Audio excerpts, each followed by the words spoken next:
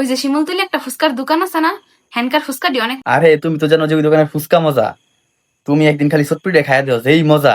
ওই দোকান তো চটপটির লিগে আসলে পরিচিত, তোমরা তো জানো না। আরে আমার পুরো কথাটা কইবার দাও। আরে কও তুমি, তোমার কইবার না করছে কেটা? আচ্ছা যাই হোক, শোনো, সেদিন যে কেশরীটা লয়ে গেছিল না, সেটা তো অনেক সুন্দর। আমার আবার আরে তুমি এখন গিয়া কাশুরিতা গিয়া কও সুন্দর। আগে এই কাশুরিতা যেই সুন্দর আছিল, তুমি তো জানোই না আগের যে একটা ভিউ আছিল। তুমি তো এটা দেখ নেই কোনোদিন। তুমি যদি দেখতা এটা, তাহলে তুমি বুঝতা যে কাশুরিতা কত সুন্দর আছিল। আরে আমার কথা শেষ করতে দাও। আরে শেষ করো, আমি তোমার আটকাই নেই গা। আচ্ছা বাদ দাও, আমার পুরা কথা শোনো।